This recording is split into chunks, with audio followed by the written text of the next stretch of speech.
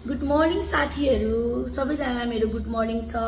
हजुर त उठेर चिया पानी गर्नुभयो होला। म चाहिँ उठेर हातमुख धोएर पानी खाएर चाहिँ म चाहिँ के गर्दैछु भने चाहिँ आज मेरो बुढालाई चाहिँ अचार मनपर्ने टिमुरको, सो म टिमुरको अचार बनाउँदैछु।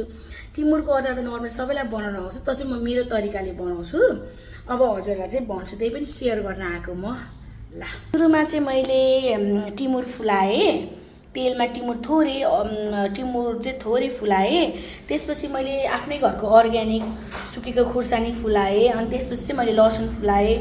अनि स्वाद अनुसारको चाहिँ नुन अनि के भन्छ अरे भेनिगर। हामीलाई चाहिँ यति चिज चाहिने हो, आफ्नो स्वाद अनुसारको चाहिँ यो नुन राख्न सक्नुहुन्छ। अनि भेनिगर भयो, अनि लसुन फुलाउने यो। अनि म चाहिँ सबै अचार अहिले बनाएर रेडी भएपछि फेरि हजुरहरूलाई फाइनल रेडी भएको चाहिँ म देखाउँछु है साथीहरू। ल, आफ्नो बुढालाई यही मनपर्छ, त्यही भएर मैले यही बनाइदिएँ बुढा र नानीको लागि।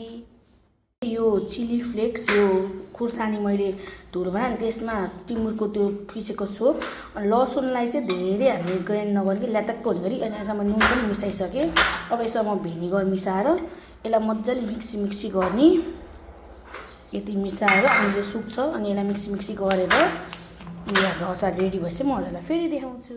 साथीहरू, मैले अघि हजुरहरूलाई भनेको थिएँ नि त, मैले चाहिँ चिली फ्लेक्स है, यो खुर्सानी भयो, अनि यसमै टिमुर त्यो पिसेको हालेँ, लसुन पनि हल्का ग्राइन्ड, हल्का त्यो धेरै ल्याटक्क हुने चाहिँ गर्नु भने यति गर्ने होइन। अनि यति गरेपछि चाहिँ यसमा अब स्वाद अनुसारको नुन हाल्ने। अब कति स्वादको नुन खान्छ त्यही अनुसारको हाल्ने, आफूले कति खानुहुन्छ त्यही अनुसारको हाल्ने। मैले चाहिँ ठिक्क अड्कलेर आफ्नो स्वाद अनुसारको नुन हालिसकेँ। अनि यसलाई मिक्सिङ गर्ने। मेरो फाइनल रिजल्ट चाहिँ यही हो, मैले बनाएको अचार बुढाको लागि। ल, हजुरहरूले पनि ट्राई गर्न सक्नुहुन्छ, खान सक्नुहुन्छ।